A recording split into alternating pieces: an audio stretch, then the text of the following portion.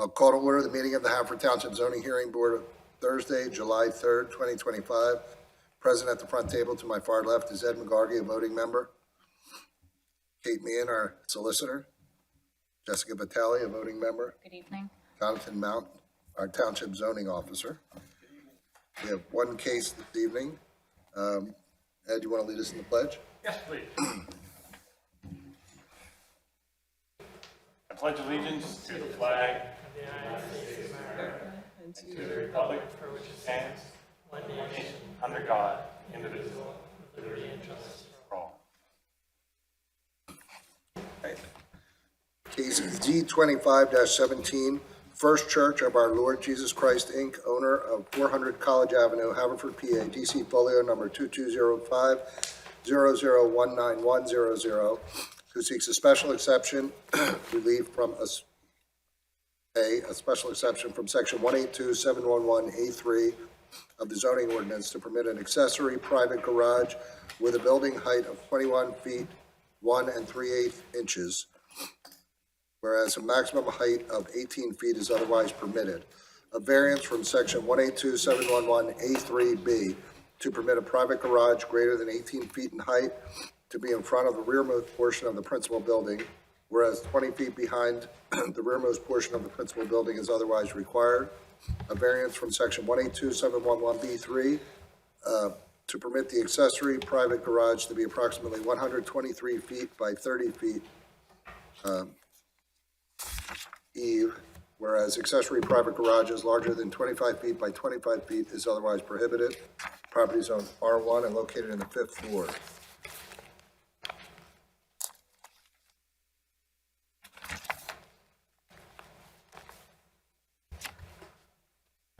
Hey, Len, go ahead. Thank you very much, Mr. Chairman and members of the board. For the record, my name is Leonard Altieri. I am an associate at the law firm of Clare Harrison Harvey Brandsburg. I am representing the applicant this evening, First Church of Our Lord Jesus Christ Incorporated, for the subject property at 400 College Ave. I do have with me this evening Christopher Yoon, who's with the engineer of record here. I also have Ian Smith from the Ian Smith Design Group, and then also a representative from the ownership, Mr. David Gantz, who will, all three of them will be testifying later. The subject property that we are here to discuss this evening is located at 400 College Ave and is located in the R1 Low Density Residential Zoning District. The subject property is an existing single-family dwelling on approximately 8.1234 acres. The applicant this evening is seeking relief for the construction of a proposed single-story, 7-car detached private garage for parking of the applicant's antique car collection. The subject property is also on the Historic Resources Inventory for the township. As part of this application, we did present at the Historic Commission meeting on April 16th and on May 19th, where we received a vote to recommend. That letter is attached in the exhibit packet as A6. They did ask for some minor changes, which are conditions on that. Mr. Smith will testify that those conditions have been incorporated into the renderings that are in the packet and that will be on the board this evening, that will be on the screen this evening. The reason why they put the conditions on there is they wanted to respectfully move the application along, so instead of kind of going back and forth, they were just comfortable with us making those changes, and that's why we have that vote to recommend. This evening, we are seeking relief, as the chairman said, from 3 areas of the zoning code. The first one has to do with a special exception from section 182-711A3 to permit an accessory private garage with a building height of 21 feet and 1 3/8 inches, whereas the maximum height is of 18 feet is otherwise permitted. Boiled down, the relief we're seeking with regard to the height is roughly 3 feet 1 3/8 inches. We're also seeking 2 variances. The first variance is section 182-711A3B to permit a private garage greater than 18 feet in height to be located in the front of the rearmost portion of the principal building, whereas 20 feet behind the rearmost portion of the principal building is otherwise required. As you can see from the aerial, which is tabbed as A2, which is on the screen and will be testified in greater detail by the witnesses, this has to do purely because of the layout of this existing structure. There's no way to really build this accessory private garage without impacting the neighbors who are in the back on Meadows Lane. Lastly, it's a variance from section 182-711B3 to permit the accessory private garage to be approximately 123 by 30 feet eave to eave, where private garages larger than 25 by 25 are otherwise permitted. With regards to the special exception, again, we are seeking what I would say a de minimis relief of 3 feet, 1 3/8 inches. The applicant does acknowledge that the height limit is intended to preserve the character and integrity of the neighborhood. We will show this evening evidence that we did, same as we did at the Historic Commission, that the proposed height of 21 feet, 1 3/8 inch, and the placement in the front of the rearmost portion of the principal building will not be detrimental to the surrounding properties or the historic and aesthetic character of the subject property. Moreover, the private garage is positioned to minimize its visual impact from College Ave, as well as for the neighbors on Meadows Lane. And its design ensures that it will remain in harmony with the existing historical residential character of the area. The size of the structure is essential to accommodate the number of vehicles the applicant intends to house on his property. Given the applicant's needs, the proposed size will provide the adequate space for safe storage and maneuvering of his vehicles, ensuring the garage fulfills its intended function. Without that variance, the applicant does not believe that he'd be able to store his collection on his property. As noted above, we did have 2 meetings, or as noted earlier, I should say, we did have 2 meetings with the Historic Commission, resulting in a substantially reduced application this evening. Since the initial submission and following discussions with both the client and the Historic Commission, the applicant has revised the application to reduce the total number of variances requested and to propose a more appropriate structure for the property. Specifically, the applicant has eliminated the second story of the proposed garage, thereby reducing the overall height from approximately 26 feet to 21 1/3/8. This change removes the previously proposed second floor single-lane bowling alley and entertainment space. As a result of eliminating the second floor, the revised application no longer requires the 2 previously requested variances. And again, we've also reduced the size of the structure. I did hand out, as the chairman was going over the variances that we're seeking, an exhibit packet tabbed A1 through A8. For the record, I'd like to just identify A1 is the zoning hearing board application, which was revised on May 28, 2025. A2 is an aerial. A3 is the site plans dated April 14th, 2025, last revised May 15th, 2025. A4 are renderings prepared by Ian Smith Design Group dated June 5th, 2025. A6 is a deed. A5 is the Haverford Township Historic Commission recommendation letter. A7 is the resume of the engineer, Mr. Christopher Yone, and A8 is the resume of our architect, Mr. Ian Smith. With that being said, Mr. Chairman, I'd like to call my first witness, which will be Mr. Yone, to be sworn in. Okay, please come forward.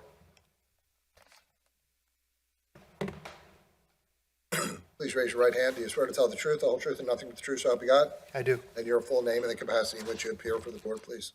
Christopher C. Yon, Y-O-H-N.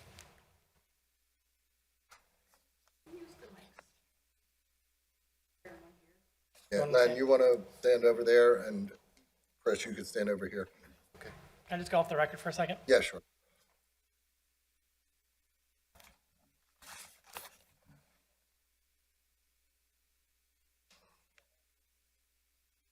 We can go back on the record. Okay, we're back on our A. Is the green light on there, Len? Mr. Chairman. Okay. Go ahead. So, Chris, if you can, please go to tab 7 right there. And if the board wants to turn to tab 7 in their application packet, this is the resume of Mr. Yoon. Chris, can you please explain to the board your educational background?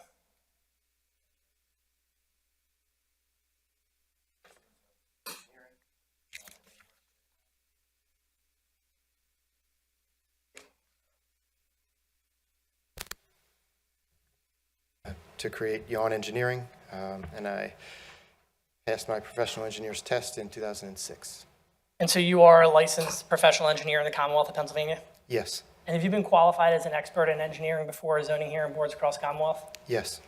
And do you have familiarity with the plans this evening? Yes. Mr. Chairman, I would like to have Mr. Yon admitted as an expert in civil engineering. Okay, 1 second. Okay. And have you ever appeared before this board? Yes, I have. And were you admitted as an expert? Yes. Sorry, I don't remember you. No It problem. must have been me that admitted you. All right, unless there's some questions or objection from the board, we'll accept Chris as an expert in PE. Thank you very much, Mr. Chairman. Going to tab A2, if you can, Chris. So again, from a high-level perspective, can you explain to the board the subject property as it exists today?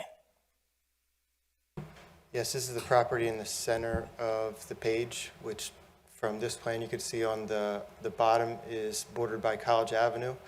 There is a driveway that runs up close to the left side of the property, and then another one along the rear, circles back to the right side, and then straight down to College Avenue again. It's generally a rectangle. And with regard to this property, is the front of the property facing College Ave, or is that actually the rear of the residence? To put it another way, that is the rear that faces College Avenue, correct? Yes, Okay, so essentially, just to, again, orient the board, the front of the residence faces essentially Meadows Lane, which would be normally the back of the property, correct? yes. Okay. Going to tab A3, which are the site plans. Can you walk the board through the proposal that we have this evening? Yes. So this dark brown shading is the proposed garage. It's on the right side of the driveway here when looking at the plan sheet. There is some proposed paving in between the garage and the loop driveway, and that's shown with a gray shading. Can I ask a question real quick? Go ahead. The issue of proposed 7-car, it says two-story built garage. Is that a remnant of the previous application? Yes, it was originally 2 stories, and it was revised to Only be a one. one-story garage. Yes. So Chris, we're here for 3 variances this evening. Three areas of relief, 1 special exception and 2 variances. For you, section 182-711A3B is a variance to permit a private garage greater than 18 feet in height to be in the front of the rearmost portion of the principal building, whereas 20 feet behind the rearmost portion of the principal building is otherwise required. Can you explain to the board why this variance is necessary? Yes, so this property is a little unique to the district where the minimum lot size is 1 acre. This property is 8 acres. The home where oftentimes is close to the front of the property, in this case is close to the rear. It's also set on an angle, and so that limits the location of where the proposed garage could be. And you're familiar with that section 182-711A3B, correct? Yes, Okay. And in your professional and expert opinion, would you agree that section 182-711A3B was written to ensure that accessory structures such as the one we're proposing this evening are not seen from the street? yes, Okay. And will this, in your professional and expert opinion, will this garage be seen from College Avenue? no. Along College Avenue, there is an embankment. There's also a lot of mature trees that makes it very difficult to see even the house from College Avenue. Okay. Also with the topography, the way that it slopes up from College Avenue, levels out around where this tennis court is, makes it even harder to see where that garage might be from the street. And I know you touched on this when you were giving an overview, but again, this property, you would agree, is the residence is laid out in a way that is not normal, if you will, in this district, correct? Because it's on an angle. Correct, Normally, they would be centered to the property. correct. And so does the layout and positioning of this residential structure necessitate the proposed location? Yes, Okay. And do you believe that the proposed location is still keeping with the intent of the ordinance? I do. Okay. With regards to the special exception, have you read section 182, 1004 of the Township of Haverford zoning code titled Standards for Determinations on Variances and Special Exceptions? Yes, I have. Okay. Specifically, 182-1004A2, subsections A through I, they're related to the specific criteria for special exceptions. Are you familiar with those? Yes. Okay. Now, some of these are not going to be applicable to you, so we're going to bounce around a little bit. But going to subsection D, it states that the effect of the proposed special exception upon the logistical, efficient, and economical extension of public services and facilities, such as public water, sewers, police, fire protection, and public schools. The question I have for you is, will this proposal this evening have an impact upon the logistical, efficient, and economical extension of public services and facilities, such as public water, sewers, police, fire protection, and public schools? No, it won't. Okay, and correct me if I'm wrong, but there's no water or sewer proposed for this detached garage, correct? Correct. And you'd agree that a garage has no impact on schools? Correct. Subsection F states that the unique circumstances for which the special exception is sought were neither created. Down a little bit, please, you're reading. Understood. That's fine. Subsection F states that the unique circumstances for which the special exception is sought were neither created by the owner of the property, nor were due to or the result of general conditions in the zoning district in which the property is located. Correct. Question I have is, are the circumstances for which the special exception is sought, and if for this case it's the height, a result of the owner of the property? No. And is it because of the height, you need to have a certain height to be able to get the cars in and out of there? Yes. Okay. And is the height necessary to fit the already existing single-family dwelling on the property? Yes. And with the scale of the building and going to the historical commission, have it being in scale between the two, yes. Perfect.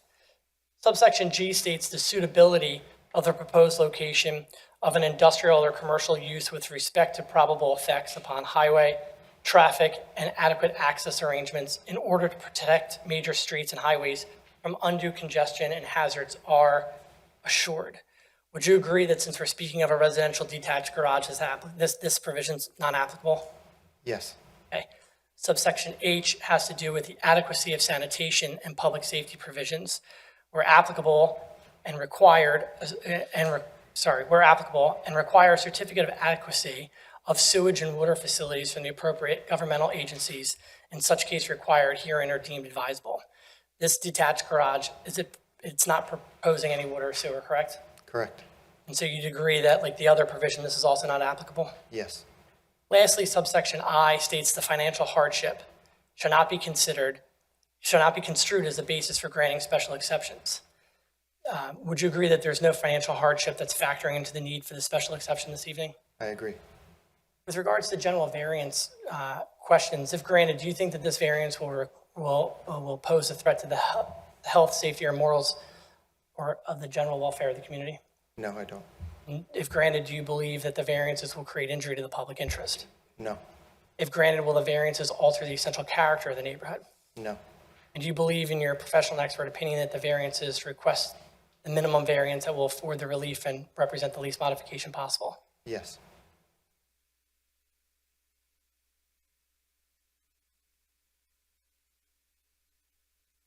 Mr. Chairman, I have no further questions for this witness. Ed? Yeah, the only question I have is regarding, I see names and ownership of surrounding properties, except for the large one right behind the garage. Who owns that property? And It's an institutional use. See if I can zoom in here to. So it's the Handmaid to the Sacred Heart of Jesus. It is listed there, sir. There it is.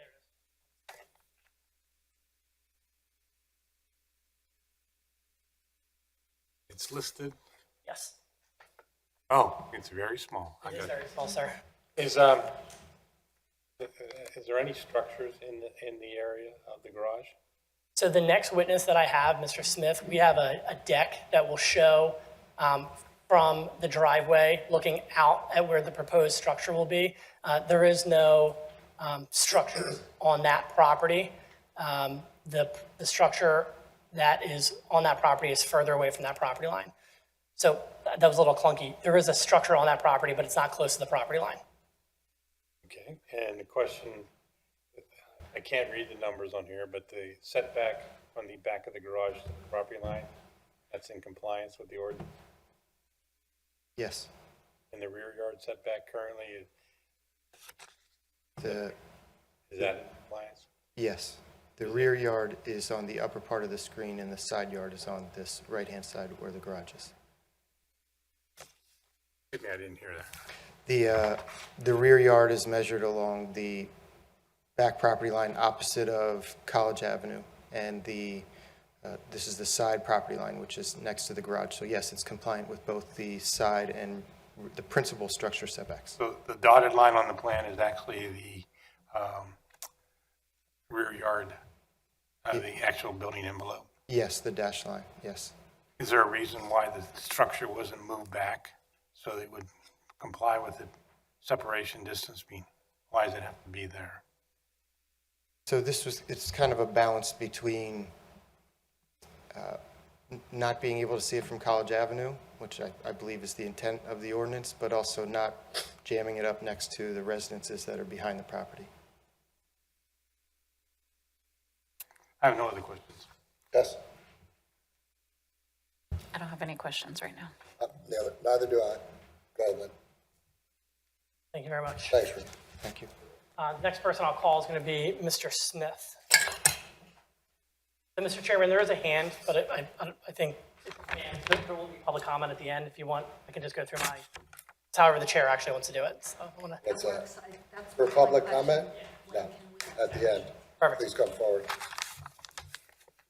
Good evening. Please raise your right hand. Do you swear to tell the truth, the whole truth, and nothing but the truth, so help you God? I do. And your full name and the capacity in which you appear? My name is Ian Smith, and I am the architect of record for the project. Go ahead, Lynn. Mr. Smith, can you click on tab 8 up there? See if I can. And if the board could go to tab 8 in their exhibit packet. So on the screen and before the board right now is the resume for Mr. Smith. Ian, can you please explain to the board your educational background? Yes, I have an undergraduate degree that afforded me a Master in Fine Arts. An undergraduate in Fine Arts and an undergraduate Bachelor of Architecture from the Rhode Island School of Design. Then I went on to Yale University to get my Master's in Architecture there. I got my license in 2006, and yeah, that should be it. So you're a licensed architect in the Commonwealth of Pennsylvania? Yes, I am. And have you been qualified as an expert before other zoning hearing boards across the Commonwealth? Yes. And you have familiarity with the plans this evening? Yes. Have you ever been admitted as an expert before this board? No. Mr. Chairman, if there's no objection from the board, I'd like to have Mr. Smith admitted as an expert in architecture.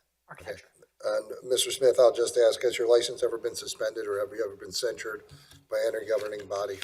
No. Okay. Ed, do you have any questions, or Jess? No. No. Okay. Go ahead. We'll accept Thank you very as an much, expert. Mr. Chairman. Mr. Smith, if you go to tab 4, please. Can we just go off the record for a second? Sure. Off the record, A, please. Tap through. You're bailing me, man.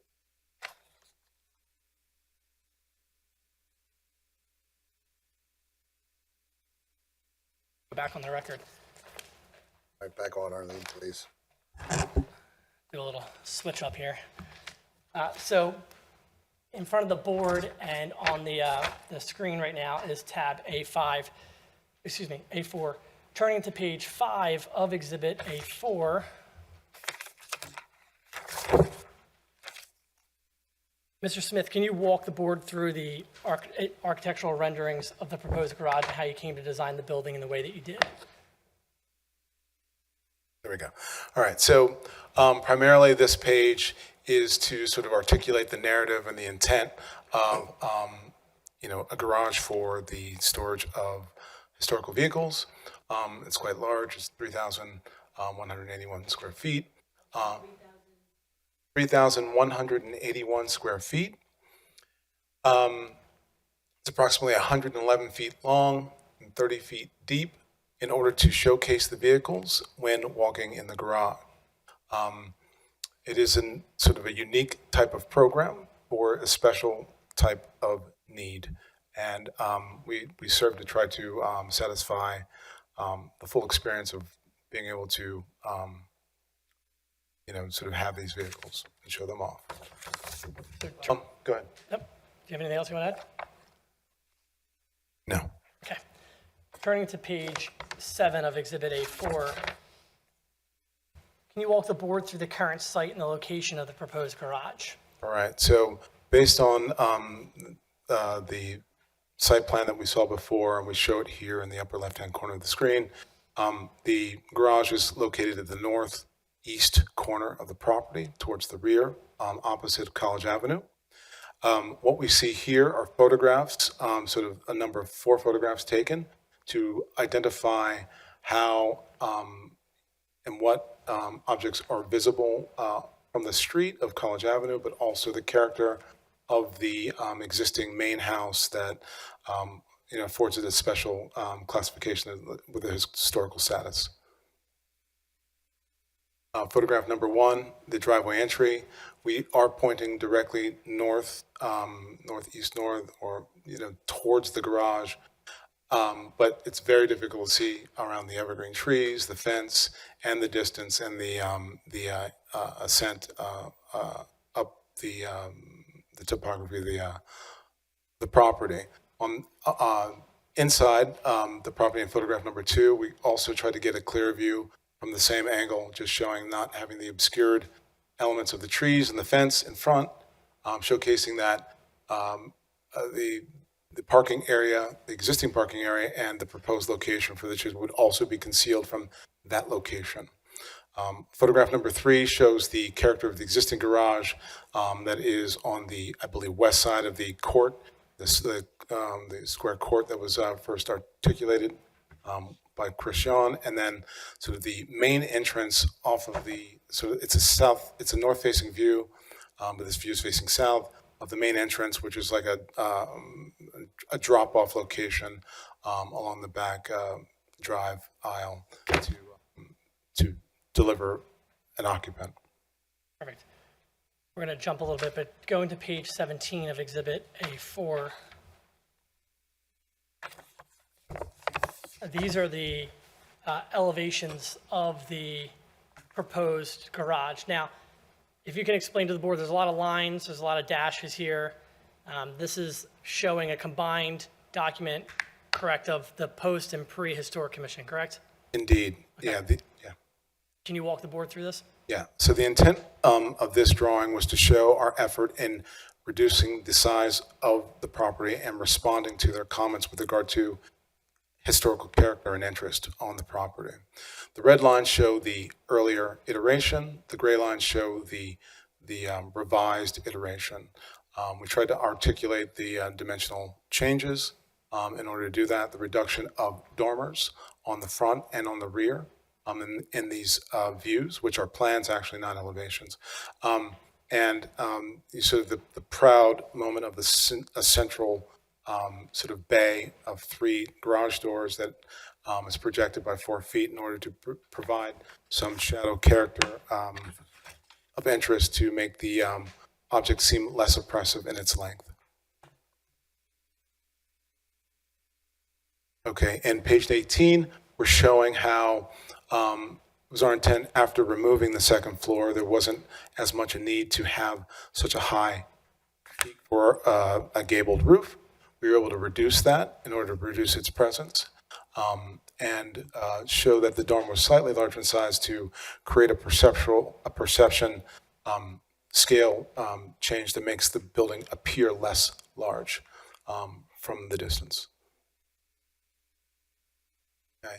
These are elevations of more articulate, detailed elevations of what the proposed structure looks like on all views. I would like to sort of direct attention to elevation number 1 at the top of the page, which is the rear. We made a special effort in creating ornamental articulations that suggest windows, although there are no windows facing the back, that anyone would be viewing the property from that side, from inside the garage. And Mr. Smith, if I can stop you right there, that change on that elevation was one of the conditions of the Historic Commission's letter of approval, correct? Yes, And so the changes, the conditions that were imposed by the Historic Commission, they have all been incorporated on the plans that are on the screen this evening, correct? yes. Okay. I didn't mean to cut you off. But if you want Can I ask a question, actually? Mr. Smith, it looks like from the elevation that the 21 feet is to the highest portion of the roof, and that 2/3 of the garage is at a lower height. Do you know what that height is? The lower height, it's a difference of ridge height, so it's approximately, from this view, I would say 18 inches. Okay, thank you. Mr. Smith, if you have anything else with regards to these that you want to continue to talk about, since I interjected. I think identifying the special sort of intent on trying to satisfy the needs of the Historical Commission, our intent is to try to make the best proposal that, is sort of meets as many interests as possible.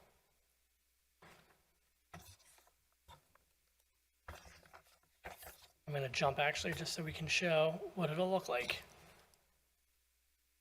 So would you like me to talk about this? Yeah, if you can. I know that I think, so again, going on page 23 of Exhibit A4, Mr. Smith, these are renderings, but they actually show the proposed garage from the ground, if you want to just explain that. So in comparison to the earlier sort of collection of photographs that were showing the existing conditions, the intent of this grouping is to show how the proposal appears clearly from the front of the property with a comparison of view one with a photograph of view one, and then on the bottom two photographs, sort of the approach. And image number 3 would be the approach and seeing the garage as you're approaching from west to east. And then once you're in the court, what it appears like to show how we tried to do our best aesthetic sort of relationship between the main house and the proposed garage, accessory garage. All right, Mr. Smith. As I was saying to the prior witness, we're here this evening for 3 areas of relief. One is the special exception, 2 are variances. We went through the criteria for section 182, 711A3B with the prior witness, but there are some special exception criteria that I want to have you kind of flesh through as well. So have you read section 182-1004 of the Township of Haverford Zoning Code titled Standards for Determinations on Variances and Special Exceptions? Yes. And specifically, section 182-1004, A2, A through I related to special exceptions? Yes. You're familiar with them? Okay. Subsection A states the suitability of the property for the use desired. The board, meaning the zoning hearing board, shall assure itself that the proposed request is consistent with the spirit, purpose, and intent of the zoning ordinance. In your professional and expert opinion, is the property suitable for the desired use? Yes. Is the special exception, if the special exception is granted, is relief consistent with the spirit, purpose, intent of the zoning ordinance? Yes. Subsection B states that the proposed special exception will not substantially injure or detract from the use of neighboring property or from the character of the neighborhood, and that the use of the property adjacent to the area included in the proposed change or plan is adequately safeguarded. If granted tonight, in your professional and expert opinion, will the special exception substantially injure or detract from the use of the neighboring properties? No. If granted, in your professional and expert opinion, will the special exception substantially injure or detract from the character of the neighborhood? No. Subsection B states that the proposed special exception will serve the best interests of the township, the convenience of the community, and the public welfare. Do you believe that this is necessarily applicable for a detached garage? It's applicable. Tell me why. The character of the property is an anomaly within the, the collection of properties in the area. It is uniquely large, and it is historic. For any one individual to occupy, sort of manage this property, I would suspect they would have an anomaly of needs, like more special than what would be typical. For someone to have a historical collection of cars and to want to have them on their property seems to be within the character of a property this large. Perfect. Subsection E, the imposition of such conditions in addition to those required as are necessary to assure that the intent of the zoning ordinance is complied with, which conditions may include, but are not limited to, harmonious design of buildings, planting, and its maintenance as a sight or sound screen, the minimizing of noxious, offensive, or hazardous elements, adequate standards of parking and sanitation. Can you explain to the board how the proposed garage is harmonious with regard to design of the detached garage?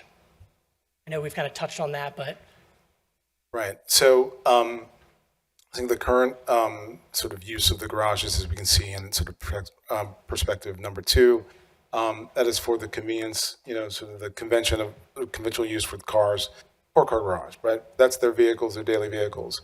I think if you were to propose something that is unique in the sense of storing historical vehicles, the goal is to try to, I would say not disguise it, but to produce something that's in line and in character with something that's subdued in some sense or of character, as opposed to having it be in a modern expression, something with all glass that might typically occur with vehicles when people are trying to show them off. This is about sort of a personal sort of experience meant for he and his family and perhaps his guests, but not something that it needs to be sort of, spectacle in some sense, right? So with that, originally there was a bowling alley on top, and I thought that was exceptional, and I think in the sense of sort of understanding that it might be asking too much, the owner elected to remove that as a program element in order to stay within keeping of something that's not as ostentatious as it needs to be. subsection F states that the unique circumstances for which the special exception is sought were neither created by the owner of the property, nor were due to or the result of general conditions in the zoning district in which the property is located. I know that we've kind of touched on this with the prior witness, but are the circumstances for which the special exception is sought, and for this case, its height, a result of the owner of the property, nor of a result of the general conditions of the zoning district? Could you rephrase that a little bit? Yeah, so Yeah, that was a long compound question, Lynn. Come on. So, put another way, the circumstances for which we are seeking the special exception tonight, in this case, it's the height of the building. We're seeking about 3 feet. Or is that a result of the property? Is that a result of the property?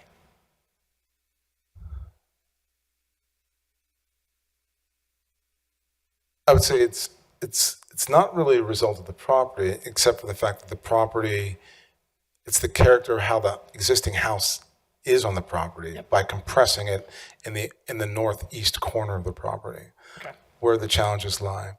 But the character of the house itself, this sort of Italianate, like French style home, has a gabled roof style with the slate roof that, if you were to be in keeping with that, generates a geometry that makes it difficult to keep it lower without making it somewhat different than the character of the property. Does that help? That was perfect there, Mr. Smith. In your professional and expert opinion, before I get to that, the other variance that we're seeking this evening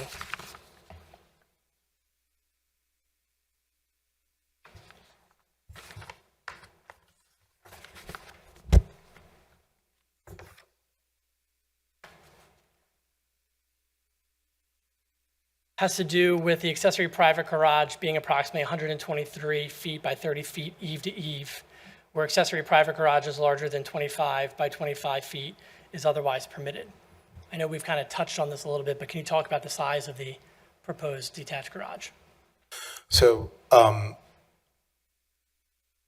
when thinking about a normal garage, space for a single vehicle, it's approximately anywhere from 12 feet wide to 22 feet deep in order to, shelter a car or vehicle. In this case, when they're showcase vehicles, it's often that you want to provide a little bit more room around the vehicles and between vehicles, especially when there are multiple vehicles being stored in a space. And this might be due to maintenance of those vehicles or just being able to observe them from afar or in, sort of as a collection.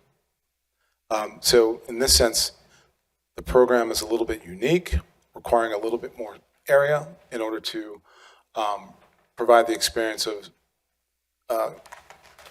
owning these vehicles and observing these vehicles.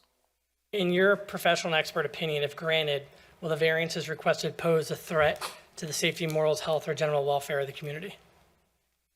No.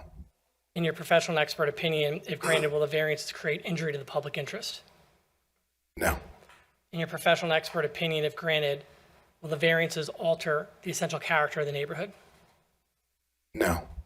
And lastly, in your professional and expert opinion, are the variances requested the minimum variance that will afford relief and represent the least modification possible? Yes. Mr. Chairman, I have no further questions for this witness. Okay. Ian, what's the height of the existing garage? It's, so the existing garage is attached to the house, and the geometry of those eaves combine, and I believe they're much higher. Now, we did not measure those, so I don't know exactly, but I believe they're actually higher than what we have proposed. Okay. Is there any exterior lighting proposed on this garage? No. And you'd accept that as a condition, right, Len? I mean, outside of your normal building sconces, we would have no objection to that, Mr. Chairman. If you're talking about No floodlights, spotlights, floodlights, we would, or any other lighting that could adversely that would impact be, neighbors? we wouldn't have a problem with that at all. But obviously, there will be lighting per the building code for certain things, but floodlights and that, we have no problem with that. But there wouldn't be any lighting on the side yard that is closest to the neighboring properties? No, It we would just can be make it- internal to the property? Correct, and we will make that a condition, we have no problem with that. Will the neighbors be able to see this structure from their houses, any of the neighbors? In the current existing planting, as it does exist today, it would be very difficult to see the object, at least in the greatest of foliage, like in full foliage with the trees.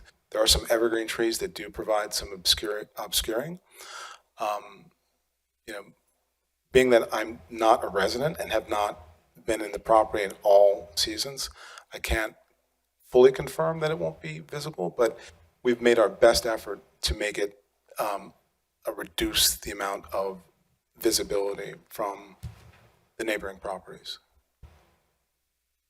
So, Len, there are, it looks like there's arborvitaes or some kind of evergreen plants around where the garage is proposed.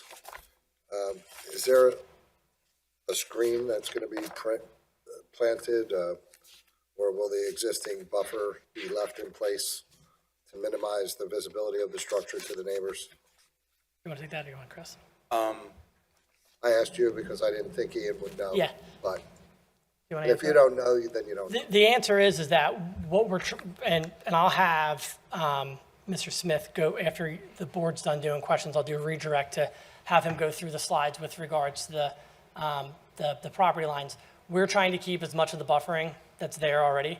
If the board says, hey, we need to add a few more landscaping items as a condition of approval, we're not going to object to that. But the intent of how we're designing this today is to keep as much of the buffer area, it's raining, as I hope nobody left their windows open. as much of the buffer area of the existing vegetation there. All right. And will there be any car repairs done at this location? Is this just to view the cars?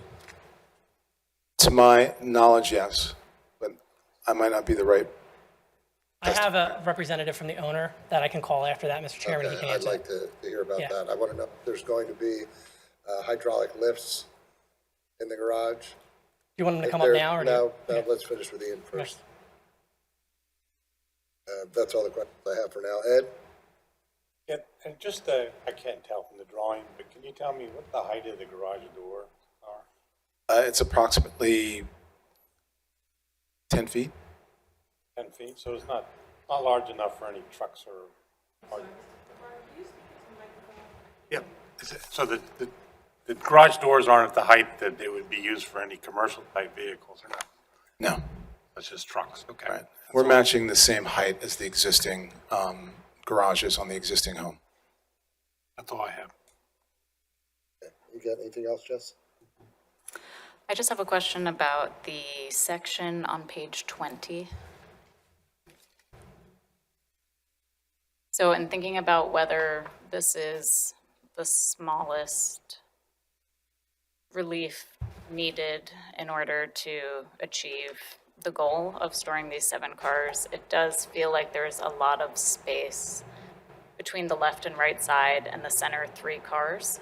And I was wondering if you could explain what is driving that.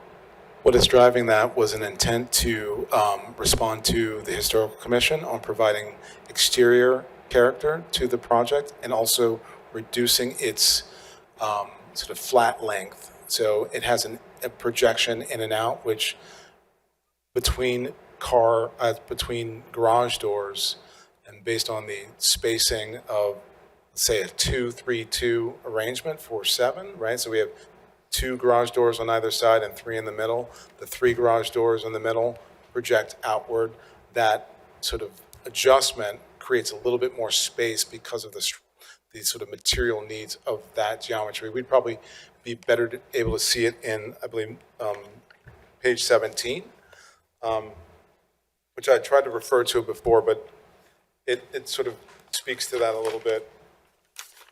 If we look at the bottom drawing on page 17, you can kind of see this spacing along the front, and you see these little sort of S shapes before you get to the central 3 doors. And that additional space between, perhaps, if we're starting from the left to the right, door number 2 to door number 3, you see that spacing is much larger between those 2 locations with regard to maneuvering a vehicle inside the space. It just seems like the spacing between the 3 garage doors is larger than between the 2 garage doors, and that the wing walls, for lack of a better word, on the left and right side are larger than they perhaps would have to be, and that there might be some room to make the garage a little less long. It's absolutely possible to do so. I think in our effort to, respond to the comments that were provided prior, we made our best effort to adjust it in that capacity, considering the exterior character of the limestone masonry and the brick masonry and how that looked proportionally from the outside. I don't have any other questions, Bob. Okay. Ed, good? That's all I have. All right. Thank you, Ian. Go ahead, man. Mr. Chairman, Yep. do you want him to walk through the existing vegetative buffer? And we can walk through those slides. I don't know how long the board wants to be here. I can Yep. have him go through it. Yeah, let's do it. Okay, so Ian, I'm going to show you, we're still staying on tab A4. We're now on page 9 of this. I'm just going to tab you through the different views. If you can just explain to the board, we don't need to go through all the different views, but just high level of where it is that we're looking and what the board is seeing. So on this page, we did show a site plan showing a view angle or where this photograph was taken, which is in the upper left, right? And we're looking primarily east at the tree canopy and the height of that tree canopy that is along the property line and sort of in the side yard setback. On the other side of the property line that is not owned by my client, there's a grove of trees probably 2 to 3 times the depth of what is contained on the subject property. I believe on the next slide we'll probably see. So as we go from, before we go, going from view 1 to view 6, it is kind of a panoramic, and what you're seeing on view 5 and view 6 is a obscuring wall and alley of evergreen trees. What exhibit number is this, Len? This is page 9 on A4. Okay, thanks. And it's the original sort of buffer that sort of obscures, not sort of, definitely obscures the parking from College Avenue within its, prior to, the proposal of the garage. And Ian, we didn't talk about this, but there on view 3 on this page, you do see a wall where the cursor is right now. That wall is of architectural significance to the property. Is that correct? Absolutely. It is part of the original sort of character of this sort of carport enclosure to define the boundary of that and creating some symmetry and character that brings the brick material that is found on the house and surrounding that parking court. And that also factored into, in addition to the layout of the building, the layout of the existing structure, keeping that wall factored into where we could place this garage, because it's our intent to keep that, correct? Yes, in order to maneuver cars around into the garage, we did pull the garage back in order to not create conflicts with the brick wall and or needing to remove the brick wall. So we wanted to sort of preserve that. Okay, going to page 10. Yeah. So this is my effort in sort of taking additional photography at the fence line, which is presumed to be the property line as found. And from left to right, view 1 to view 6, I made my best attempt to try to present what would be, what one would have to view through in order to see the back of the garage from the adjoining property along the east. And now page 11. Right. This is further south, doing the same thing, and showing, and additionally it shows that there are no buildings or occupied buildings close to the property line where we could see it. So if we cannot see it, they probably can see me. Page 12. And this is further south, closer to the tennis courts. I am doing the same thing, just making sure I show the best effort of the tree canopies and how the character of that looks. I believe this is taken sometime in late May. Page 13. Even closer to even closer to the tennis court, showing the tree canopy and what it obscures. Okay, I was mainly focused, Glenn, on the homes on Meadows and maybe some buffering so that they don't see the property and the lights installed and directed in such a way that they don't have lights shining into their backyards. So, Understood, Mr. Chairman, and Mr. Gantz will testify next, and I'll have him put on the record that as a condition of approval, we will not put any floodlights or any sort of exterior light outside of maybe like a building sconce consistent to the building code, because it does need to be lit up. It does need to have some sort of lighting on it, but we'll make sure that, as a condition, we will not put any floodlights on the roof line or anything protruding out into that direction. and is Ian the correct person to talk with about water runoff? That would be our civil engineer, Mr. Okay. Young. You want him to come back up? We'll see you in a, yeah, well, if you're done, Ian. I am, Mr. Chairman. I have no questions, no further questions for Ian. Okay. Anything else? Just, Ed? No. Thank you, Ian. The last witness that I have before I bring Chris back up is a representative of the owner. You want to go over there, David? You could be sworn in, Mr. Chairman. Please raise your right hand. Do you swear to tell the truth, the whole truth, and so help you God? Do. And your full name and the capacity in which you appear? Gantz, I'm the owner's representative. David Gantz, Gancz, owner's representative. So, Mr. Gantz, you are authorized to speak on behalf of the applicant. That's correct. Anybody who needs to get to the church or the pastor, you're the person that everything flows up to, correct? Correct. For all different sorts of projects, whether it's a zoning hearing board case, financial decisions, or anything, correct? Anything. Okay. Yes. You've been present during the testimony of Mr. Yoon and Mr. Smith, I have. and is everything that you've heard so far true and accurate to the best of your knowledge, information, and belief? It is. Okay.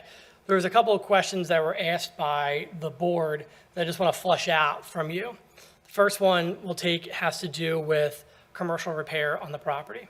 Will any commercial repair occur inside this garage? No. Will there be any hydraulic lifts inside the garage? No. Okay. With regards to lighting of the proposed garage, you have no objection to us having as a condition of approval that there will be no floodlights on the roof line? That's correct. Just wall sconces as per code. Okay, perfect. I know that there has been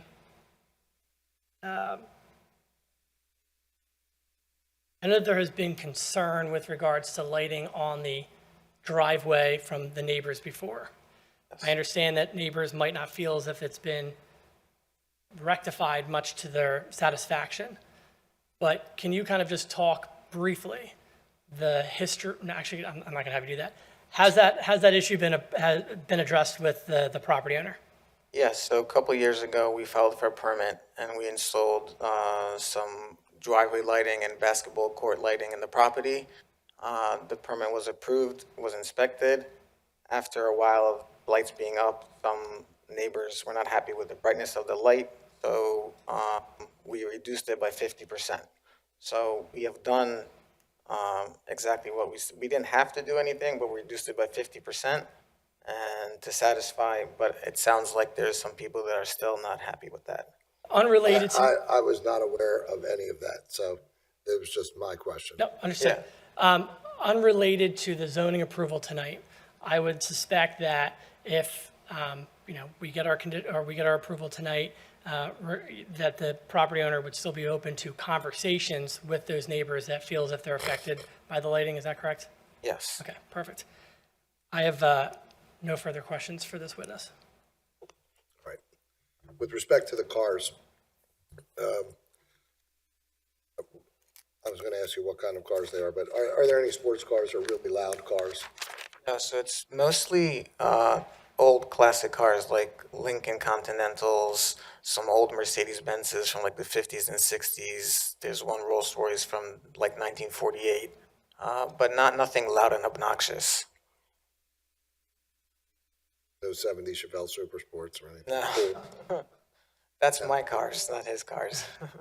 No, I was just asking because we want to be respectful of the neighbors with respect to noise. Yes.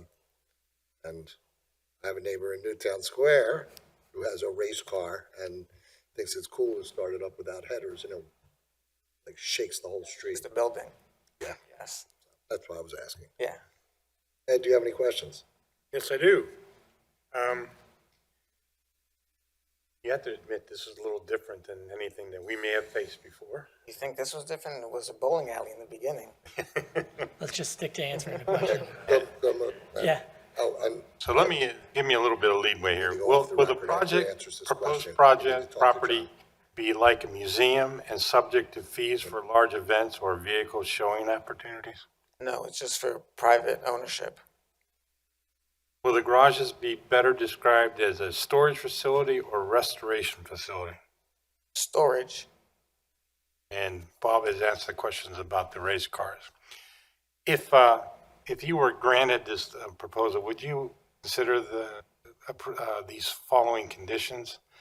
That the property will not involve leasing of garage space, Absolutely. that the property will not be used for any commercial use, Will not, no. that the property will not be used to restore vehicles that involves commercial type activities such as paint booths, dynamometers, or anything like that. No, nothing like that. Thank you. That's all I have. dynamometers, wow, Ed. I'm a race I fan. didn't know you had it in you. All right, do you have questions? Sorry, Jess. Just for the record, can you clarify why a portion of these cars could not be stored in what appears to be an existing 4 or 5 car garage attached to the property? Sure. So in the property, the pastor's wife and his 5 children live in there, and they all have vehicles, and their everyday cars are parked in that garage. Thank you. You're welcome. All right, and we're going to go off the record, take a 5-minute recess. Off the record, Jeff, please. All right, did you have any other questions for David? Did you have any other questions for David? Not. All right, Mr. Chairman, can I just make one correction to my exhibit packet, please? sure. Or just one amendment, I should say.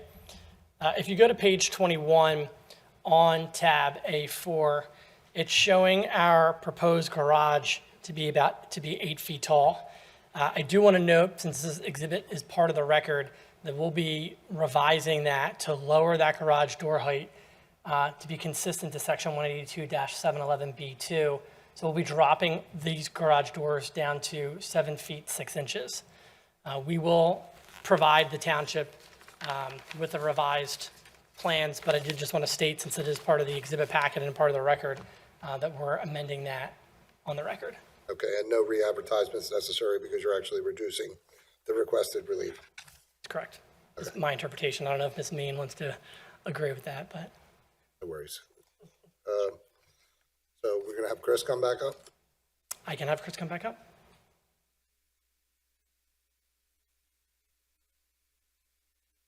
Chris, water run, Yes. how's it gonna be directed? So this is a little under 5,000 square feet of new impervious coverage, so stormwater management will be needed. We'll have volume and rate control. It'll likely be an underground system in this plan directly north of the garage. Ed? No questions. Really? No. Jess? We don't know what it is. We just know where it's gonna be. No question? All right, was there the buffer? I mean, you walked us through it, Len, but if, and I suppose we'll hear from the neighbors and what their concerns are first, and then we could address that further. So, thank you. I do want to just state one correction. All the vegetation is staying, except there is one tree, Mr. Chairman, that's coming down. I don't know how to zoom in on this. But it's essentially where my X is, where the cursor is. There's one tree that's going to be coming down, and that's it.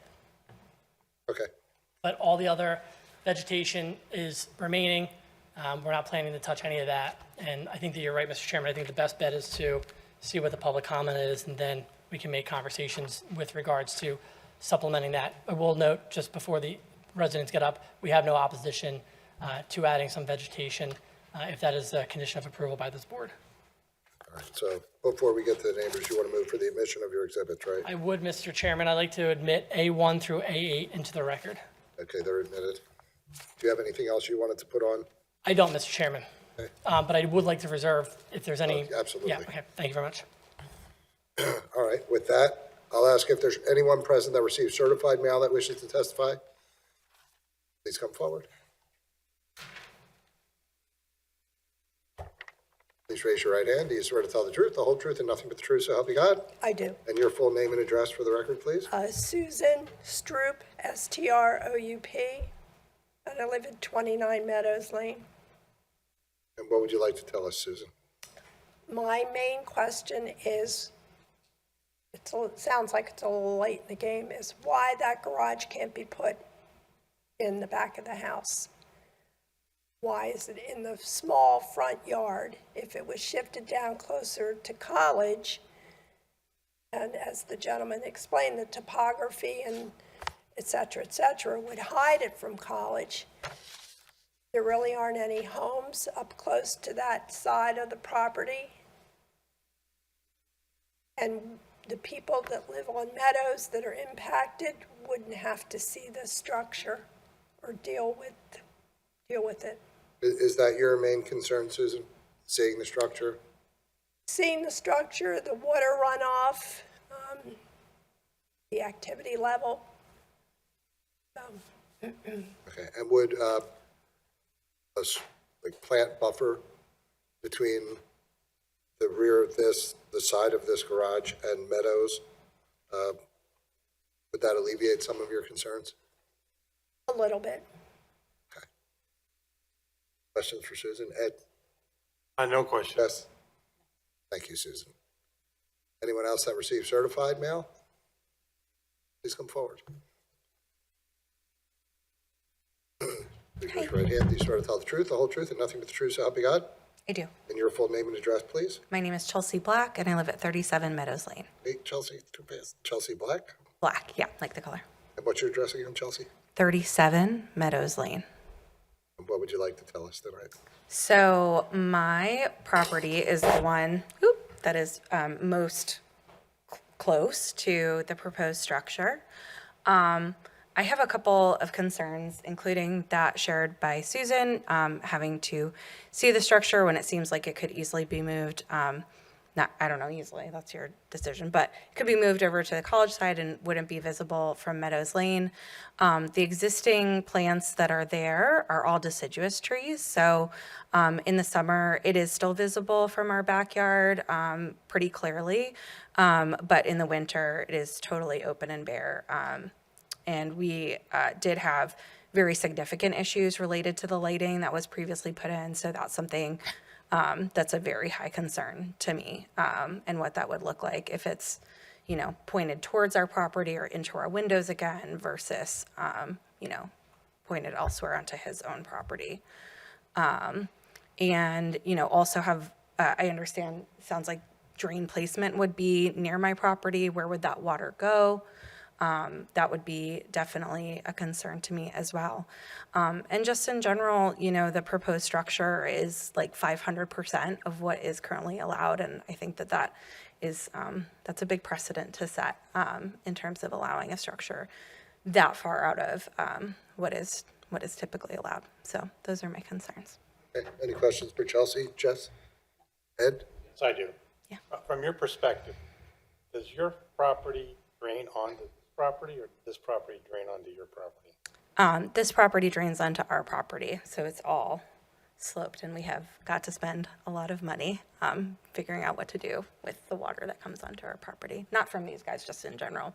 But yeah, Thank you. Thank you, Chelsea. thank you. Anyone else that received certified? Anyone that received regular? Anyone else? Come up.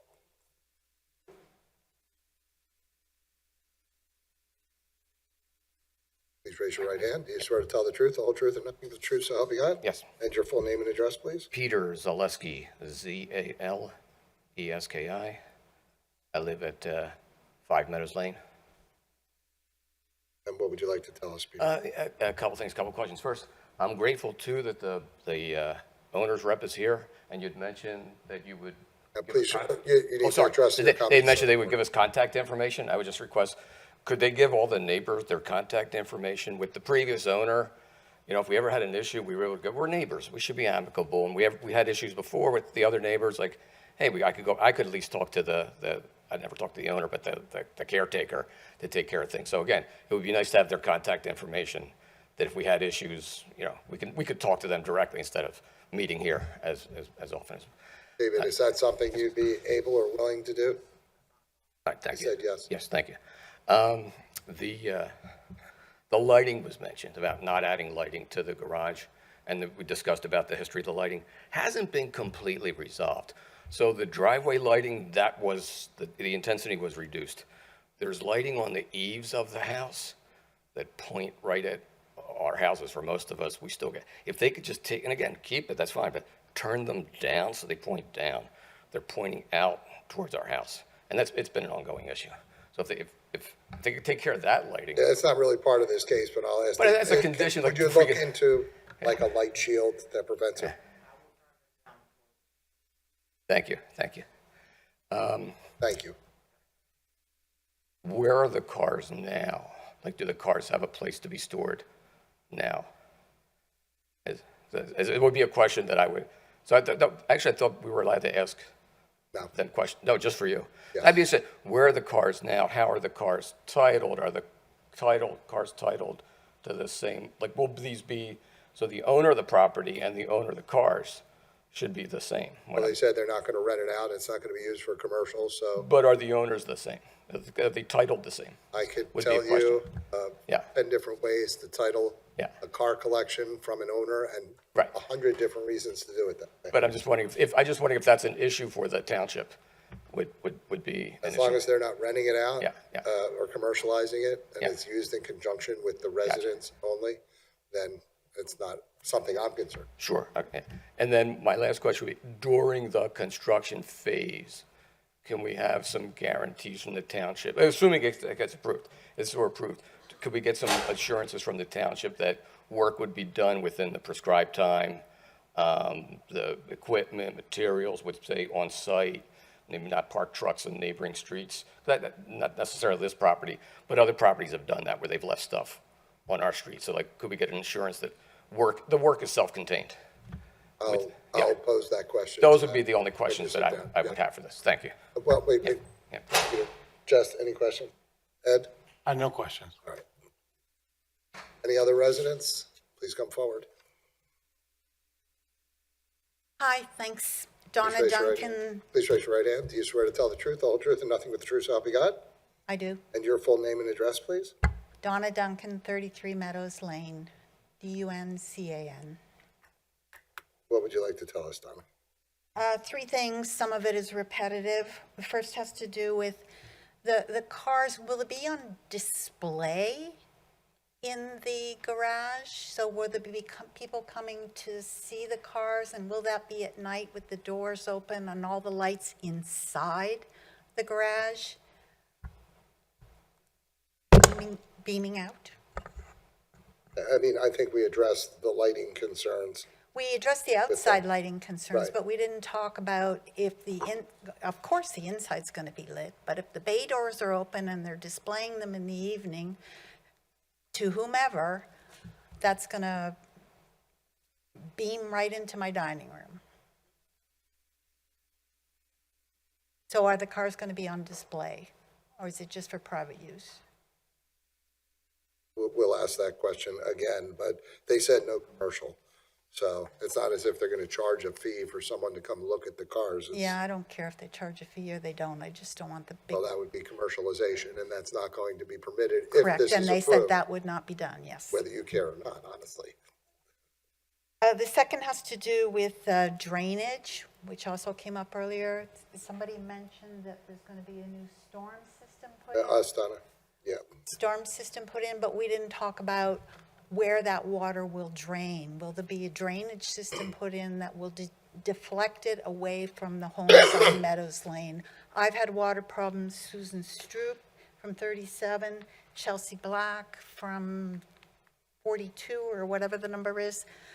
We've all had water problems and don't want to see more. Okay. Hey, Len. Can you just reiterate, after the neighbors are done, what stormwater management means? Okay. And the third we also talked about was landscaping. We didn't actually talk about whether additional landscaping would be put in on the back of the houses on Meadows Lane. You did say that you would address that, but I would like to make the point that I would like to see mature evergreen trees back there, not little shrubs that are going to grow in 10 years after I'm in my grave. I'd like mature trees so that the lights aren't shining in my dining room and living room all winter long. And the deciduous trees lose their leaves. And that was all. Thank you very much. Okay. You're welcome. Any questions? Ed? No, Jess? no questions. Okay. Anyone else? Please come forward.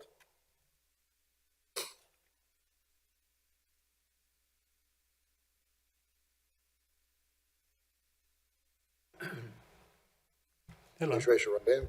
Do you swear to tell the truth, the whole truth, and nothing but the truth, so help you God? I do. And your full name and address, please. Thomas East, 734 Millbrook Lane, Haverford, 5th Ward.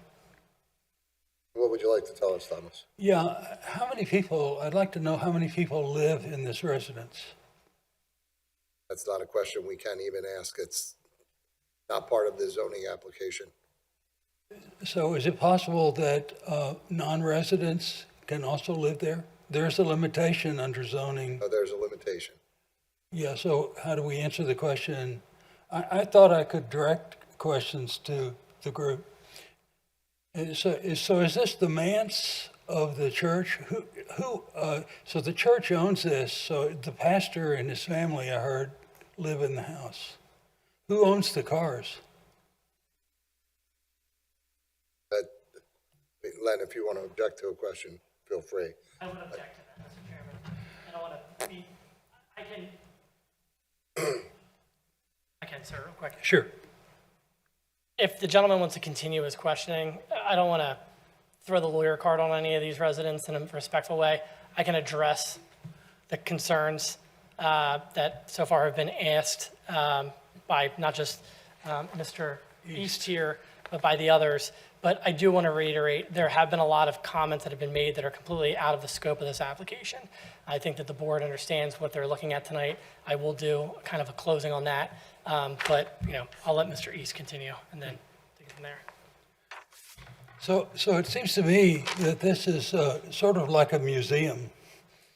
and I'm wondering how that fits into the zoning code for a single residence building a museum. And before, they were going to have, before they withdrew it, they were going to have people could live in the upper part of the building. Because that's incorrect. I think I heard someone mention a bowling alley was originally planned, but that's been withdrawn. So all we have to deal with is the application that's been presented to us. So would it be part of this zoning hearing to restrict the fact that no one can live in these garages? Well, the height and the construct would prevent that.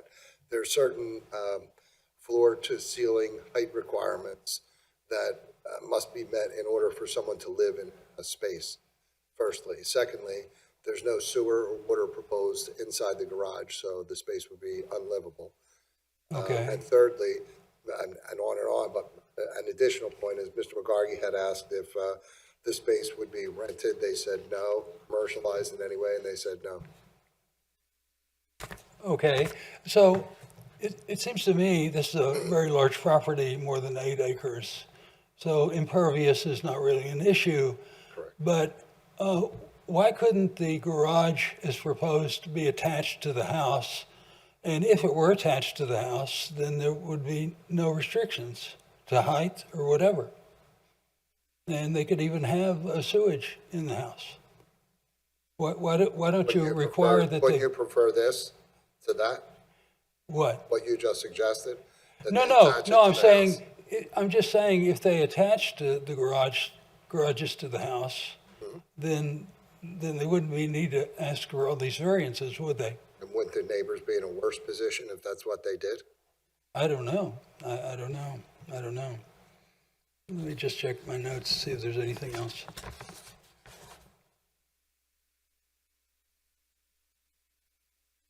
So there's a mention about hardship under the zoning. Does the construction of this garage as proposed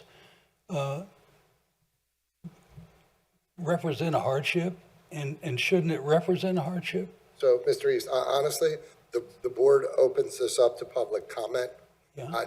I mean, if there's general concerns or questions, then we ask the applicant to address them, but I can't answer all these questions on behalf of the applicant. Obviously, they think there's a hardship. That's the argument they've made to the board, and then we'll make that determination. We're not going to do a decision tonight. The other 2 board members who couldn't be here tonight are going to watch the videotape of this meeting, read the transcript, and then participate in the vote. So there's no quorum this evening, right? There's no quorum? No, there's a quorum. There is a quorum, so For you a could vote. 5-member board, we have 3 members present. This is Right. a quorum. Okay, thanks for your time. Thank you. Any other residents? Okay. Len? Thank you very much, Mr. Chairman. So again, what I would like to just put off at the outset is while I respect a lot of the comments that have been made by the members of the public, a lot of it is outside the scope of the application that we're speaking about tonight and the relief that the applicant is seeking. From a high-level perspective, and I don't think it's necessary to have my witnesses come back up unless the board thinks that we need to, with regards to the stormwater management that has been discussed. We will design this to be consistent with the best management practices and the ordinances of the township. We will retain the stormwater on our property, such as the state law, and we will ensure that everything is consistent through the permitting process through the township. With regards to lighting concerns, I think Mr. Gantz has stated already, but I just want to reiterate it. The lighting that is on the existing structure, we will have turned down. Mr. Gantz will take care of that. We will also provide Mr. Gantz's contact information to the residents should there be any questions that they have, not just related to the construction of this application this evening, but any issues moving forward with regards to property maintenance, so on and so forth.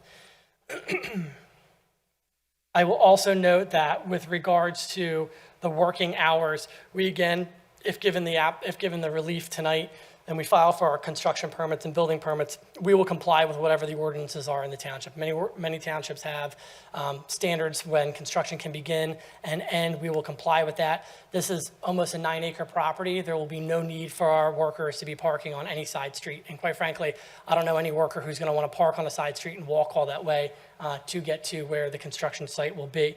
So everything will be contained on the site as just a respectful neighbor would do.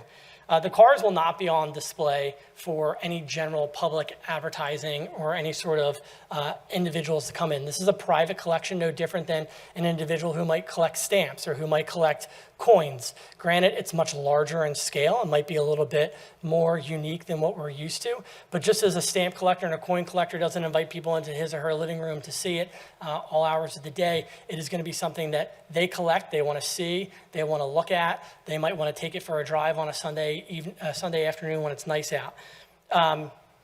With regards to buffering, I think that we've discussed this we've discussed it. High level, we have no objection whatsoever to a condition being placed to have a vegetative buffer. Now, I will note that will have to be, and we'll have to figure out how we want to phrase this, with the stormwater retention going in that area, we're not going to be able to put plants on top of that. But along the property line, I think there's plenty of space for us to supplement that buffer already. Again, the existing vegetative buffer is remaining. There's only one tree that's coming, and that's on the side of the property along the property line of the Sisters of the Sacred Heart, I believe is what it is. And look, I'm happy to hear that the applicant's willing to consider these things. I really do understand what causes the concern of the neighbors, especially with the lights, because I've been through it myself and with water run. Yep. So, but it sounds like, to me, in this circumstance, there's going to be a good working relationship between this property owner and the neighbors. We're going to, if this is approved, we're going to put conditions to try to make sure there's compliance and not just rely on David's word, although I believe you. Especially with the planning buffer, and you'll go through the township stormwater management plans, and they're designed, those plans, those requirements with the intent of protecting, adjoining property owners. I mean, we've had people in here who had their downspouts all directed onto their neighbors' properties. I mean, it's just terrible. But fortunately, there's enough green space between these properties, and you have some really professional architects and engineers here that they're hearing us, and we'll see them again. So there won't be any problems. And to that point, Mr. Chairman, too, again, I know that I said in the beginning of my closing statement here that some of this has been discussed that's outside the purview of the zoning relief. We are not going away, right? If the board grants us the approval next month, there is still a lengthy process that we have to go through with the township. And that is why I said we'll comply with the BMPs, which stands for Best Management Practices. Right now, we're just speaking about the zoning aspect of this. The building part of it is a whole nother layer that will require permits and applications and submissions to the township, review from both the township staff as well as their third-party professionals. The last point that I do just want to make is that this is a property that is owned by the church, but it is resided purely by the pastor and his family. It is no different than any other single family that you have here in the community. There will be no living in the garage, as we have testified to earlier. There is no water, there is no sewer that is going on there, as has been a condition that Mr. McGarry, Ed, I'll just say. Yeah, that's fine. I'm Italian, that was a rough one for me. As we have made it as a condition, we're not going to commercialize this. We're not going to rent this out. This is purely just for the storage of those classic cars. Again, Mr. Chairman, I think that kind of addressed everything from a high level perspective. The last thing is, just so that the residents know this, I know the board knows this, every zoning case is held by its own 2 feet, so anything that's decided tonight is not creating a precedential decision that would bind this board to anything else. I know that the board knows that, but I just think it's important that the public know that each case is handled case by case. Thank you very much. 100% correct. Thank you. I'd like to see Mr. Yoon. I'd like to see Mr. Yoon again. Oh.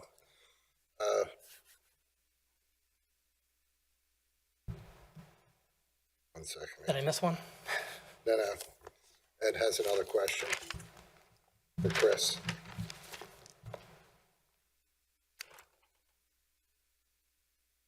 Yes. It's hard for me to interpret this plan, given the testimony. But can you explain a little bit about the drainage area? Does the water all come all the way from College Avenue? No, there is a high point that's, see this amoeba-shaped contour line that I'm highlighting with the mouse? That is a high point, and it goes, kind of extends towards the house, so that from this point, it drains towards College Avenue, and this garage here drains towards the neighbor. So there's a high point, a ridge line that really goes through this site. And just so Something that the like- record's clear, I'm sorry, because we have the stenographer here.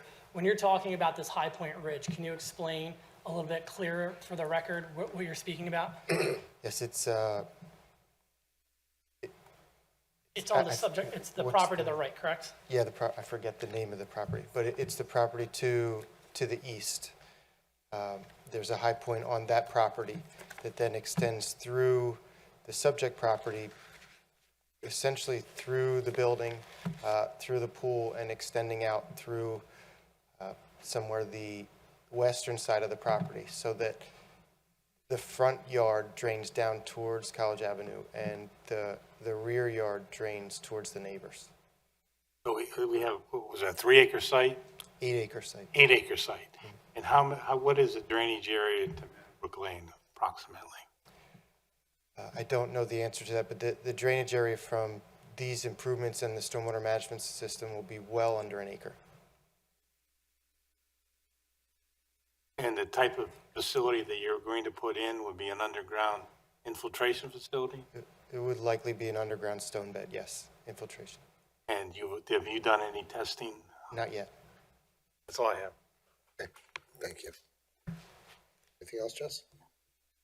Any other questions, Ben? No, that's all the questions. Ben, you have anything else you want to add? I do not, Mr. Chairman. I appreciate the board's time, and we'll be back next month for the decision. Okay. When's our next? 17th. No, so not next month, in a few weeks. Okay. All right, with that, we'll close the record on this case, and a decision will be rendered at our next regularly scheduled meeting on July 17th. Okay. Any other business? Then we are adjourned.